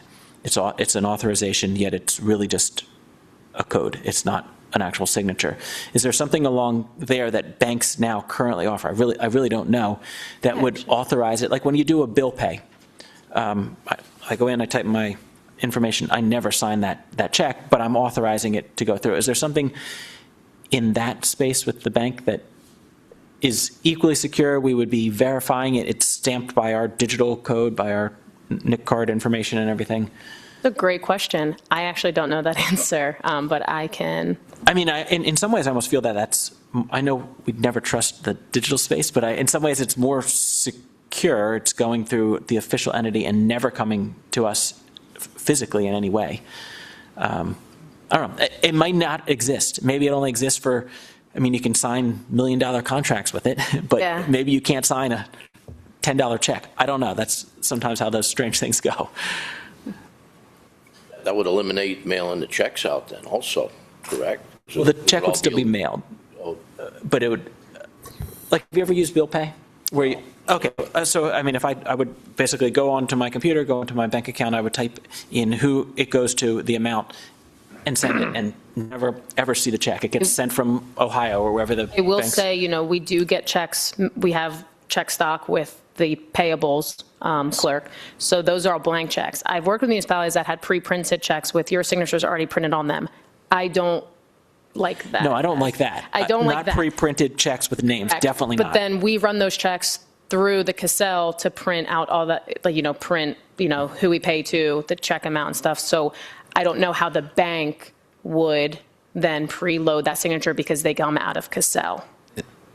So I'm just trying to think of how the process would work. It may not even be an option. It was just something, as we talked about this, I had heard it the other day and was kind of thinking about it, that a digital option might be secure, but there's another caveat that it has to be done in here because of your accounting software. Well, and I would say, though, we do have, a lot of ACH transactions, and we do have some EFTs.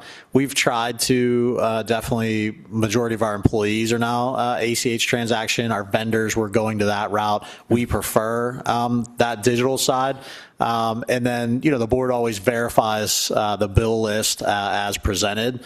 And there's a signature on that bill list. So you've seen basically those transactions are approved digitally then by the staff. The board then verifies them with your signature. We would like to continue pushing towards kind of an all ACH type transaction component. I will say that we get charged for ACH transactions by our financial institution at this point. As we look to potentially RFP banking next year, that would be a thing where we would look for no charge ACHs and then roll additional things out. So yes, if everything could go digital and we could get all of our vendors signed up on that side, there would be really no signatures at that point on checks, more verifying and that the transfers happen. Which would be great, especially if you follow how bank check fraud it's so prevalent, it's terrifying. So the less the checks we would have, the better. This is assuming that one of us would be the bad guy, but the bad guys are out there and the checks are in the mail, and that's way scarier than some resident. So I'm good. Okay, anything else on this? That would wrap it. Nope. All right, item 6. Bruce, manager update. I have a couple things this evening. Just quickly, I reminded the board previously, we were working on the local share gaming grant for the state. That is the not the statewide, but the more regional focused. It's for McCungy Ambulance. Actually, Thursday, Chris Greb and I are going to look to get that application in its entirety so it's ready. We can't submit it until the board would consider a resolution for that. That is coming with like a September deadline. Chris is looking for approximately $35,000 in equipment for one of their ambulances. This is a grant that we've done in the past successfully. The township has to be, for the public, as we've discussed it with the board, the township has to be the entity that goes for the grant for the community 501c3 for McCungy Ambulance. So we are kind of the intermediary. We buy that equipment and then seek the reimbursement. That's turned directly over to them. So we have that in process. We're not sure we're going to get that entirety of the award. We're probably 15 to 25,000 on the project, but just wanted to give the board an update and make sure it was okay to proceed. We'll have it in for consideration. So that's my first item. The second item, working with the solicitor's office and Nate. The county farm preservation has notified us that it's necessary that we consider as a township an updated ordinance to freeze millages on land of preserved farms. So it's a 10-year component. Our last one was, of course, 10 years ago when we looked at that. So for us to opt in and give those preserved farms that freeze in millage, we would have to have that before you in September. There are several entities in the county. This is a list that we've been provided by the Farmland Preservation. So the county, of course, they've granted theirs in April. Southern Lehigh School District in both Upper Saucon and Lower Milford. And then East Penn, the two entities in that are East Penn, Upper Milford, and then Lower Macungie. So we are the last of that East Penn School District group to move this forward, as we were the last to kind of expire. And then Northern Lehigh School District and Washington Township. Those are all of the participants throughout the county. So Northwestern Lehigh and Parkland, they don't currently support the Act 4 component, so that's why you don't see any other municipalities on there. I have Mark reviewing the proposed draft. Nathan's reaching out to farmland preservation at the county level to make sure we haven't missed anything, but would ask the board to look at considering that freeze for those that have preserved property. I don't have the total number of individual farms enrolled in that program for the preservation, but I can always try to find that for the board if there's a question in that. So. And is the freeze a continuation of the past freeze, or is it starting what the current is? So that's a great question. That's the same question I have for Nathan and the solicitor. So I am not sure if it was the original or as you said, from when you go to the new. Is it a new 10-year clock, basically? Yes. The statute is not clear, so we're going to inquire further with the county on whether they have any feedback on that. Got it. Good question. That's all I had in my report, unless there's questions. I know other department directors have some follow-up on things that are going on in the township. All right, any questions for Bruce? All right, moving on. Number 7, update on August Planning Commission meeting. Nate. Thank you, sir. So August the 11th, we had our monthly Planning Commission meeting. We covered a couple of topics at that meeting. The first was 4103 Indian Creek Road. That's the Hart Preserve. It is a 26 dwelling subdivision with 2 lots that are being used for open space and stormwater and buffering. The Planning Commission did go over staff review letters, recommendations. It has been in front of the Planning Commission for quite some time, actually. There was still some technical items that needed to be worked out with the technical review letter from the township engineer. However, those were considered to be will comply. So the Planning Commission did offer up a recommendation.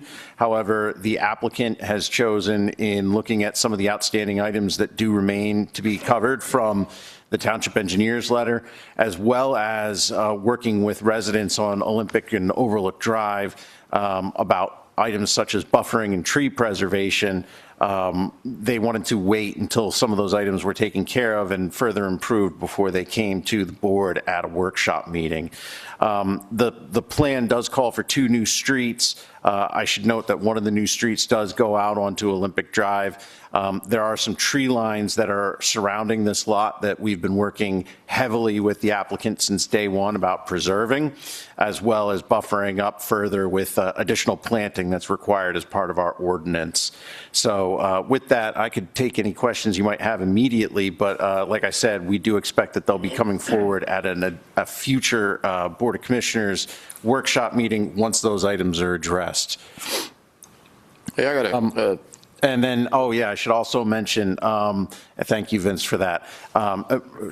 Immediately off of the site, right next to Overlook and Olympics intersection, the township has been working from day one, since it was a sketch plan with the applicant, on a connector trail as part of our strong pedestrian network building as part of our planning efforts and development efforts in the township. This trail is basically going to be a switchback trail that gets residents from this new neighborhood, the existing neighborhood, and the surrounding neighborhoods right off of Indian Creek Road down into Camp O, utilizing a switchback trail that would be conducted and designed by the applicants as part of an individual venture along with this project. So that is well underway as well, and I do believe that that's currently being reviewed by the township engineer at this time. So in addition to that, and in addition to the Hart Preserve, I would like to just also bring up that we did have 1741 Trexler Town Road, which was going to be a subdivision for a couple of homes. They asked to be tabled at that meeting. And then lastly, the Planning Commission discussed the proposed zoning and saldo ordinance revisions and amendments that you have seen now on a couple of occasions as we were getting ready to send those out for advertisement to the LVPC, the newspaper, and our budding communities. So that was the August Planning Commission meeting. I'm happy to take any questions. And again, for that one plan that was recommended, we would expect to see them at a future upcoming workshop meeting in the coming months or two. All right, I just got a couple. The plan that was already recommended, Indian Creek 26 lot, is that private roads in there? It'll be 26 units, so my understanding is that's under our threshold for private. Correct. It's not. They're public. Yeah, they're public roads. Mm-hmm. All right. And then, was there any waivers? There were some waivers that were recommended, and those waivers will be reviewed by you when we bring them forward to you for the workshop meeting. There are several of them, so we could definitely talk about them when we have a plan in front of you and you're familiar with the plan. All right, and we can send the recommendation letter to you as well as their list. Were there any waivers for the roads? No. Oh. Is this part of the path that we were talking about before from Olympic Gardens down? Will this be brought together as one, or is this an additional one? Same one? Yes, same one. That's the only questions I got. One quick note about that path, it will be ADA compliant. Yeah. So I know we had discussions about the steepness of it, and you had mentioned it's a switchback. Yep. Yeah. That'll be for ADA compliance. Yep. They were well aware that given the fact that we're asking them to make the connection down to the township park, it really would be in everyone's best interest if it was ADA compliant, which is why it needs to switch back and forth a bunch. All right. Yeah, and I know we'll talk about that project later once it's actually in front of us, but I think that trail alone is a huge asset to the township in that it's really the only way that residents, other than the ones that live in that Olympic Drive there, can actually get to that park other than driving to it. There's really no, and even that is, it's so steep right now that would be challenging for plenty of people. But if there's a way, I mean, that would allow residents from Millbrook and neighborhoods in that direction to eventually get down. I'm assuming this also has a frontage trail. Oh, yes, of course. There'll be the standard reverse frontage trail that goes along Indian Creek Road with the able to buffering come for the from residents. across the bridge now that that's wider. There's actually a safe path to do it. Okay, great. And at any of those meetings, did any residents attend and express any concerns? Yeah, there were residents there, but no one officially expressed any concerns on the record at a meeting. However, we have received some correspondence from property owners in the Olympic Ridge development, and we've had discussions with them. We've also made that connection with the developer, and the developer is working with them as well to work with any, as Nathan said before, any buffering issues. So the residents seem to be, that live on there seem to be aware that this neighborhood is, I mean, it's been going on for 2.5 plus 2 years for sure. Yes, and we have had a lot of interest here from that neighborhood that myself and or Chris, have laid the plans out, showed them, they've come into the township. So your opinion is they feel included in what's going on. Correct. Good. Correct. Yeah. Good. Any more questions for Nate? All right, moving on. Item 8, department reports. I'm going to start off with Vince. All right, thank you. All right, just a couple things for the board and the public tonight. I just want to highlight to the board on the monthly permitting worksheet that I include in my report, we did have 27 single-family dwellings, and those are from the Mertztown subdivision. So they are selling there. That is NVR, which is Ryan Homes, and they do not spec any homes. So as we get the permits in, they are, signed up. So that's a good sign. The economy's still, moving forward. So that'll be something I'll be looking at, as we come to budgeting for next year. A couple updates for the Jefferson Lehigh Valley Golf Classic. I had written in my report about municipal approval for a temporary liquor license. However, we found out through the LCB that will not be needed, municipal recommendation. So the course will need a temporary liquor license because they are operating outside of the clubhouse, and that's a different license, right, that the tournament director will need. So, however, like I said, we thought we would have municipal approval, but that's not needed from the LCB. Two other things I do want to report, though, on the planning.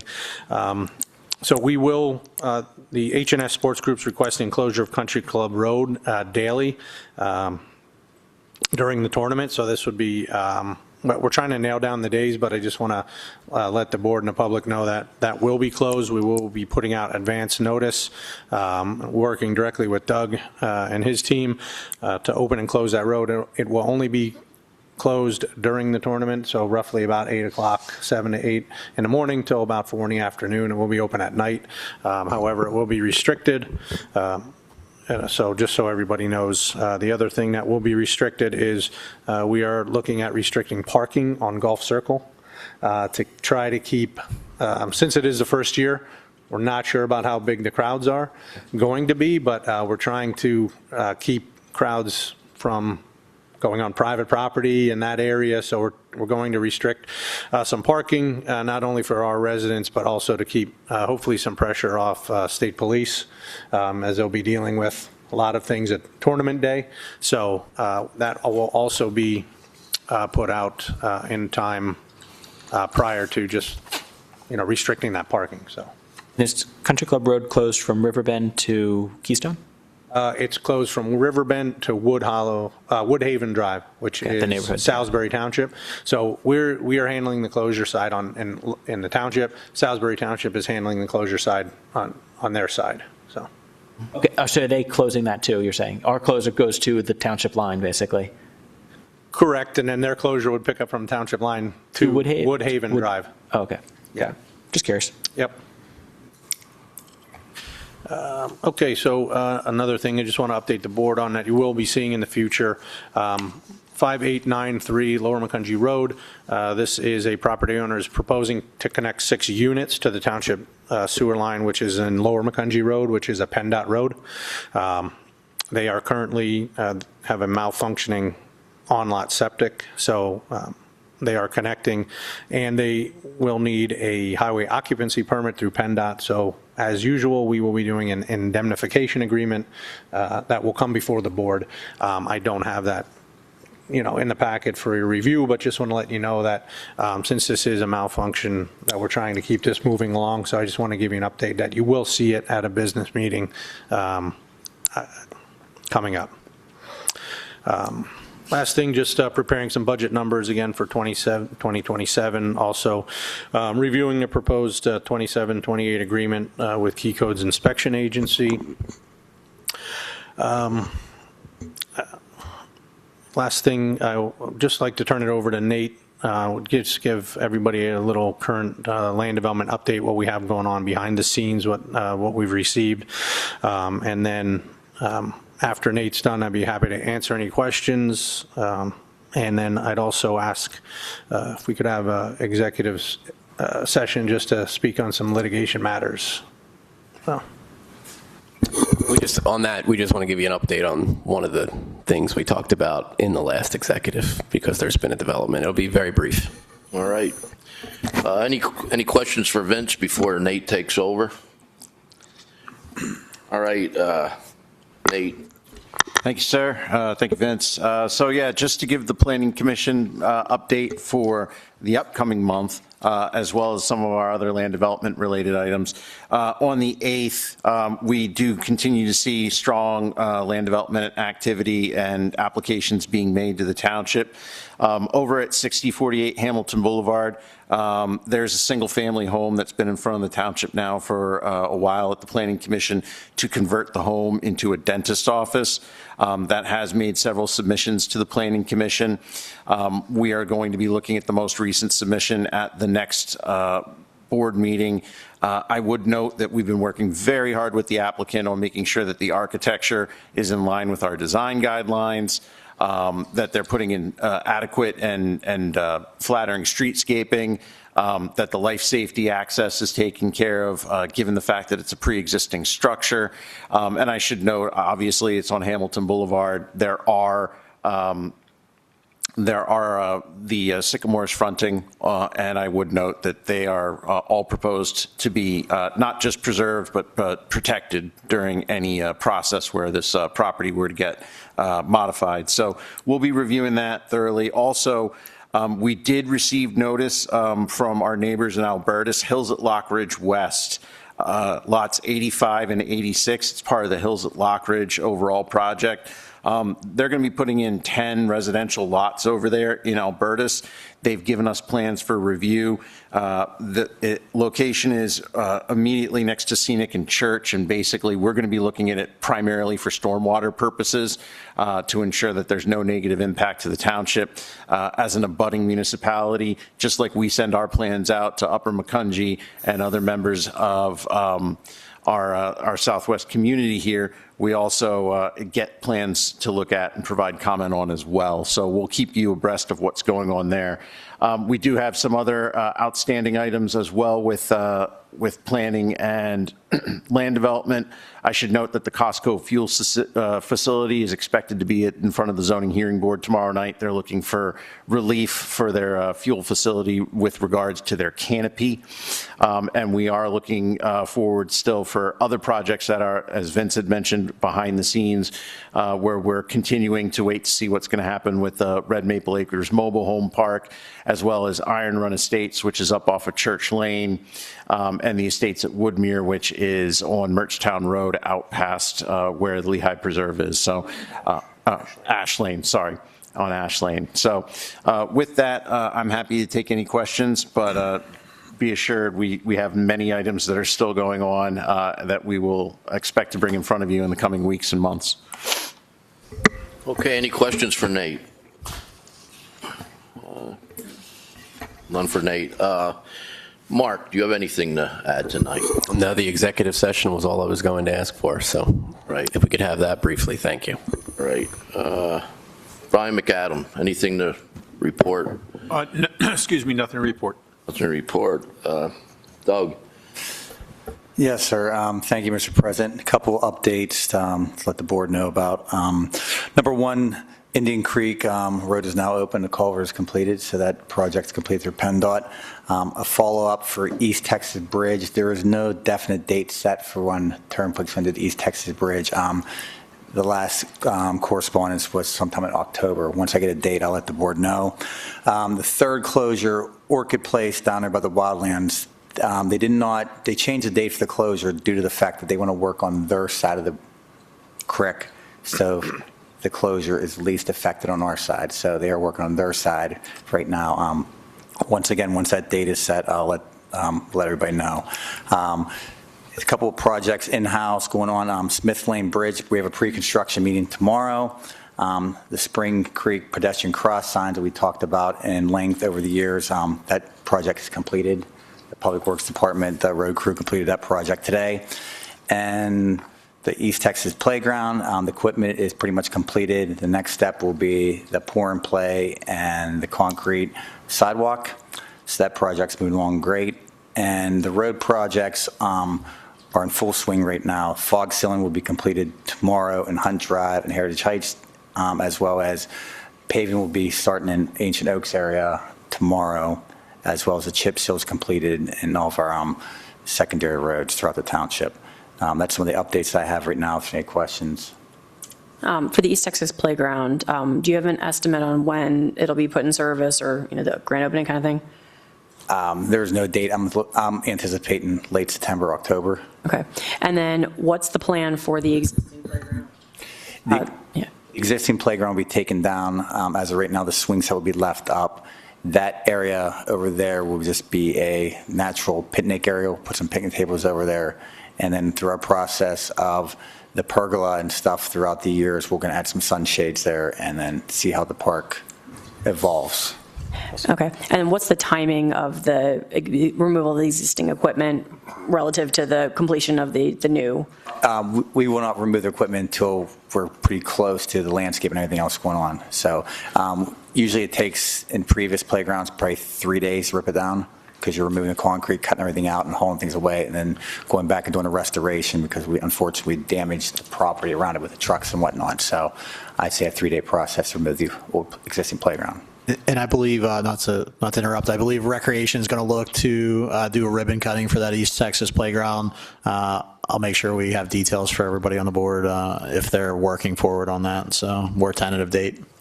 And also with the playground, if there's any parts we can take off that playground, because we have similar playgrounds with similar parts, we will save that as time being. We won't just destroy it. We will save it. Great. Yes, sir. Okay, the first item in your report indicated a delay in the fishing pond. Well, Brian, I'm going to help with that one. The structure with the pier, there's some more support beams being. Yeah, they completed the fishing pier, but there were some concerns about stability, and we reached out to the contractor, who in turn reached out to the designer, basically the company that makes the piers. Last I heard that they were putting together drawings specifically to come up with supports that can be added. I apologize, I don't have a more current update, but that was close to they were about to do that. There was a meeting today. There was a meeting, okay. Vince is saying there was a meeting today about that. So I think that the only thing that was left on the pier was to put these additional supports in to make it shifted a little bit. I don't think it was unsafe necessarily, but didn't feel comfortable. And it is being addressed. And the only other things, excuse me, that were left to wrap up the project, to my understanding, was to put the finished paving on the walking path and then stabilize the disturbed areas. So they should be wrapping up, I would think, fairly soon. Okay. All right. And then braces, that's for horizontal movement, I would think. Yes. Yeah, there was a lot that went on. That people think it was settling. It's there was a lot that movement. went on in terms of the vertical aspects. There was some settlement that did get addressed. They took care of it. I think there was some concern because I think people had taken a look at things before they actually came in and finished it. So it is, it will be 100% ready to go. It's not, I think people got the impression that, oh my God, there's dips and there's this and there's that.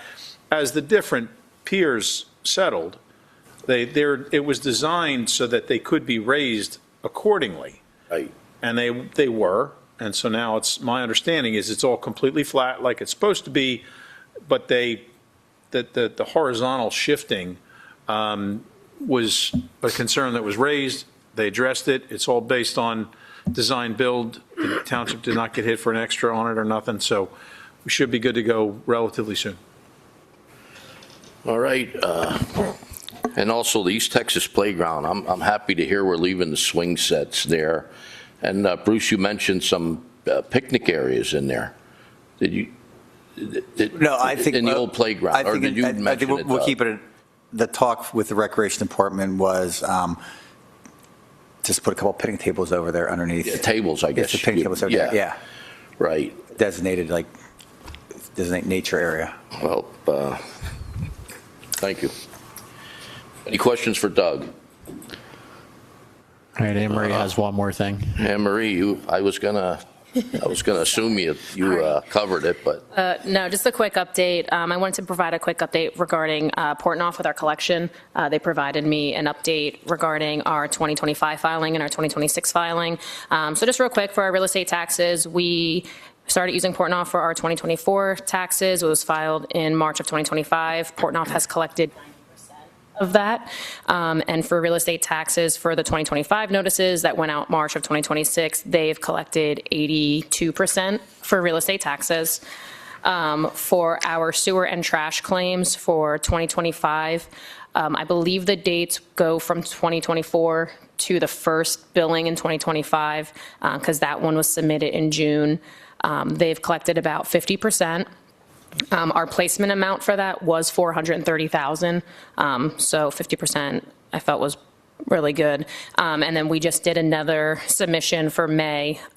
So anything that didn't go into collections went this year.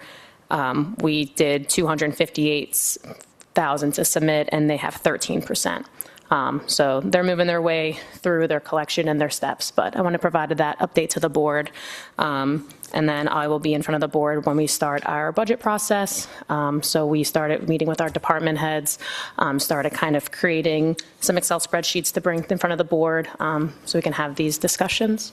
Yeah, and I think for us, we're assembling as usual and necessary various projects and items that we believe need to be addressed, with our focus as usual on infrastructure, bridges, roads, stormwater, always with Parks and Recreation, what playground we may look at, and the potential for future trail connectivity, which we know we're early on in our process for, but we're always reviewing that side. Plus the grant-related projects, those ADA curb ramps that we have funding for, and the Brookside, Princeton crossing, and any traffic light type situations on that. So those are, as always, our focus, delivering exceptional service to the residents.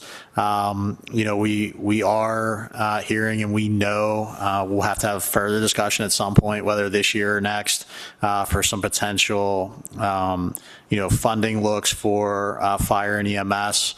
As well as the library. We've heard some concerns. They may need some additional funding dollars. They are currently, provided funding through the township's real estate library tax of 0.25 mils. We've heard that there may be a request for an adjustment on that side. Want the board to be aware that we have all of those things kind of moving forward. If you have any other priorities that we may have missed,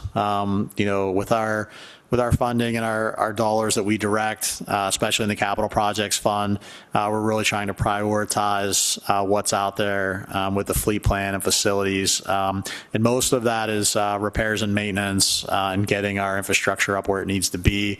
So we'll have a pretty extensive plan on what that looks like. So if there's questions or said things that people may be thinking about that we might have missed, let us know, and then we're gonna be ready for that first component of October.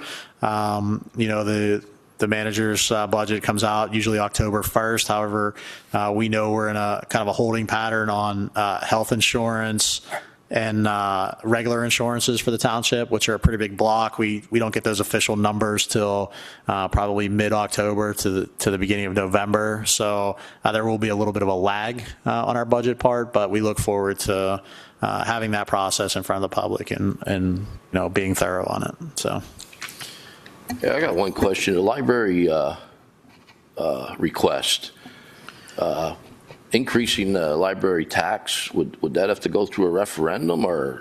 I don't know that component. I don't know if there's really been a thorough discussion. There is, as we look and try to be ahead of the curve here into the future years, I believe that there will be some form of request. I think that could include that component of an adjustment for the library tax. I don't know what that does legally, if that's another question that they can put forward, or how that works. So I'll keep everybody posted if we do that. I think, at some point in a workshop, we have them come in and review with the board where they are, as an institution and identify. We've also looked at that, as I said, with Macungie Ambulance, getting them to the Public Safety Committee, reviewing kind of where they are. We had a presentation from Chris not too long ago. We think those shortfalls in the future, approximately $250,000 per year at some point. He's doing his best to manage through that. So long-term planning, I think we need to put that focus on fire and EMS and figure out how we're going to move forward. So. All right, just a question for Mark. Would the library question, would that, if that went back on the ballot, could that possibly wipe off the existing one? Yeah, I don't know the answer to that. I would have to research it because that is I think you're referencing the discussion we've had about other taxes, and that might happen. The referendum on the other tax has specific language that you have to use, so I'd have to look in to see how the library tax was enacted. I can let you know. Okay. Any more questions? I just want to make a comment. I want to say thanks for the recreation and the breakdown on the programs and the revenue and the instructor fees and profit. So, thanks. Okay, Anne Marie, is that it? That's it. That's it. I'm done. The website new reveals coming out tomorrow. Ms. Flexer has been putting a ton of time in it. 10 a.m. We'll see how it goes on the go live. And then Vince and team have been working on an updated interactive zoning map that we may see within the next 2 weeks on our website. So pushing the message. As I said, Renee and staff have been really working hard on the new reveal. Same company and everything, just our refresh. So thanks to all of them and Renee for spearheading that. And we look forward to residents checking us out on there. Recreation will have its own landing page now through there, as much as Public Works and the Community Development already has. So we're hoping it'll be a good asset. So. All right. Moving on. Item 9, public comment on agenda topics. Do we have any public comments? Seeing none. Item 10, as Solicitor Fisher noted, there will be an executive session tonight. It is 8:01. This workshop is adjourned. 2 hours.